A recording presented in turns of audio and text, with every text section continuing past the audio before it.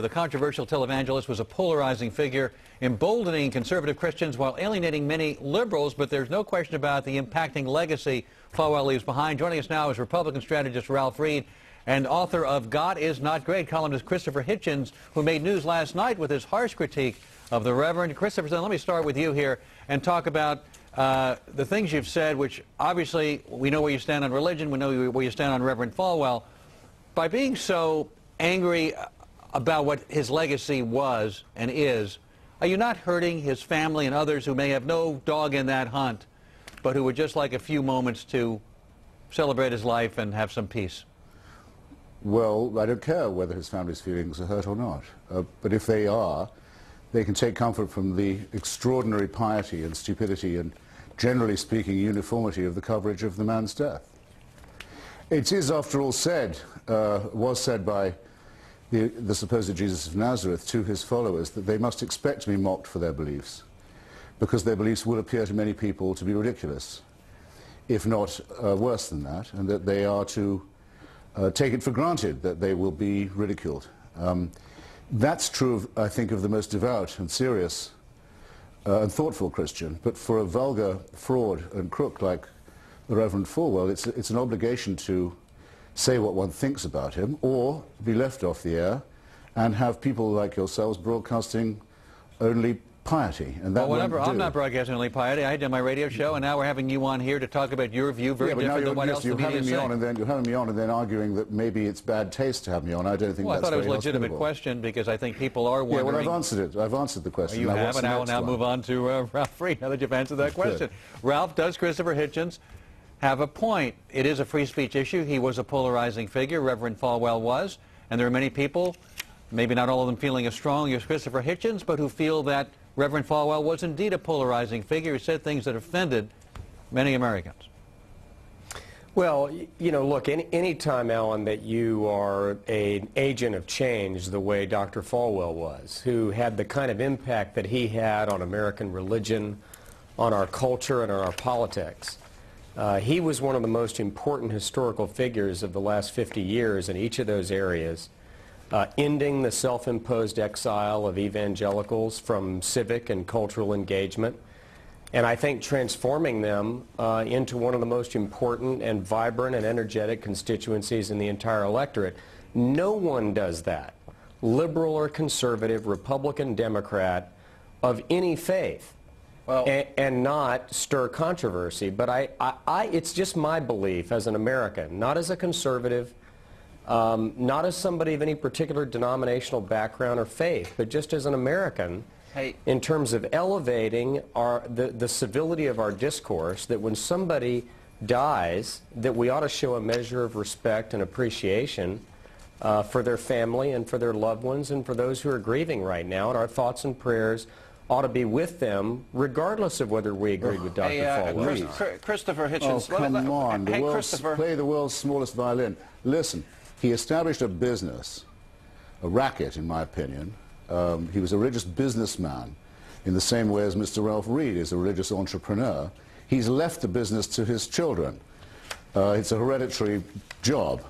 Let that console them. You can't have me on and say that I have to say, I'm terribly sorry he's dead. Hey, one reason you can't ask me to do that is because I am not. I think we have been rid of an extremely dangerous demagogue who lived by hatred of others and prejudice, and who committed treason by saying that the United States deserved the attack upon it and its civil society in September 2001 by other religious nutcases like himself. He profoundly and repeatedly apologized, and I'm sure you're perfect in your life. I'm sure you're perfect in your life, and that you've never made any mistakes. I've never committed treason like that. I don't believe in the sincerity of his apology. Let's look at the thoughtlessness and the mean-spiritedness of your very remarks that you've made about Reverend Falwell. By all means. You think it's a pity that there isn't a hell for him to go to, you said. Yes, I do. On his death, you write, the discovery of the carcass of Reverend Falwell on the floor of his obscure office is, almost zero significance, except for perhaps two categories of people, etc. You also say the evil he did will live after him. Yes. I knew Reverend Falwell, Christopher. I know the good work that this man has done. Tell me about it. Well, for unwed... Takes a lot to make me cry. I know you think you're the smartest guy in the room, but you sound like a jackass when you attack his family like this. But I know what he did for unwed mothers. I know what he did for alcoholics. I know what he did for drug addicts. Excuse me, sir. Yeah. I did not attack his family, and no fair-minded viewer of yours will say that. I'm not going to be conscripted into saying that it's my job, when you invite me on to discuss this man, first to say how sorry I am for him and his family. That isn't what I feel.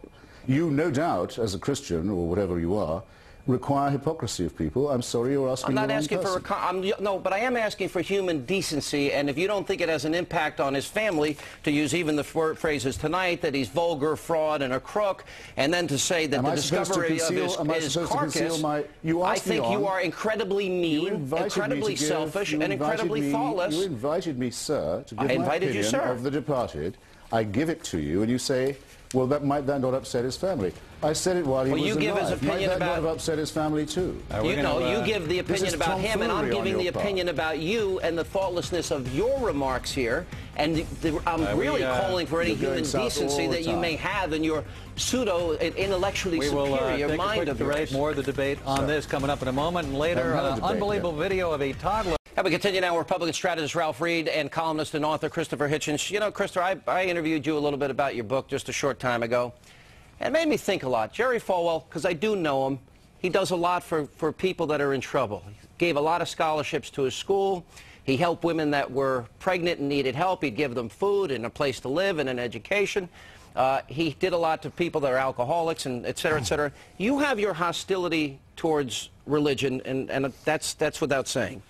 You know, I just wonder, you know, when you compare his life, you know, there are a lot of good atheist communists out there like Stalin and Mao and Pol Pot, and, you know, they slaughtered millions. Jerry Falwell slaughtered nobody in his life. He may have misspoke once or twice, but he devoted his life to his religion. Do you have nothing good to say about him at all? No, I repeat, Jerry Falwell lived on hatred and superstition and bigotry. He preached dislike of people whose lives he knew nothing about. He raised money from credulous fools. You don't know anything about his life. Now, excuse me, sir. You can either ask me on and ask my opinion, or you may not. But I don't have to be here if you're going to take that attitude. Well, you could leave. You spent the first half by saying I had no right to the opinion you'd asked me on to express. Now, you're tiring me out. I repeat, though... No, what I said is your opinion was thoughtless. What you wrote was crude and mean and hateful. That's what I said. You took up all the time for my answer with your long, rather unlettered question. Oh, okay. Jerry Falwell made a career out of sponsoring dislike and superstition, said that people he didn't like were going to hell, said the United States deserved to be attacked by Islamic fascists, said he believed that people would be raptured into heaven, leaving all the rest of us to wallow behind. I think his death is a deliverance. And if you say that someone who occasionally makes a charitable donation is a good person, then you have to say that Hamas and Hezbollah, who do all this charitable giving and charitable organizing, are the same. In a country that celebrates it, Ralph Reed.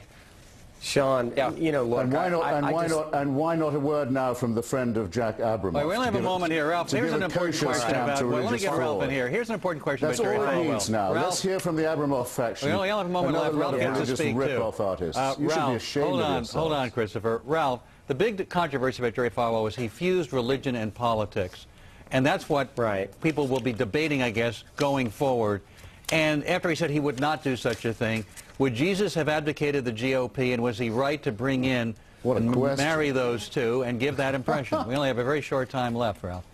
Well, I don't think that's ever what Dr. Falwell said. What he said was that there were certain transcendent values, such as the protection of innocent human life, the sanctity of marriage, the need to defend the State of Israel, his opposition to communism, his opposition to radical defend the Israeli jihadism, and what he believed was that those values should be reflected in public policy.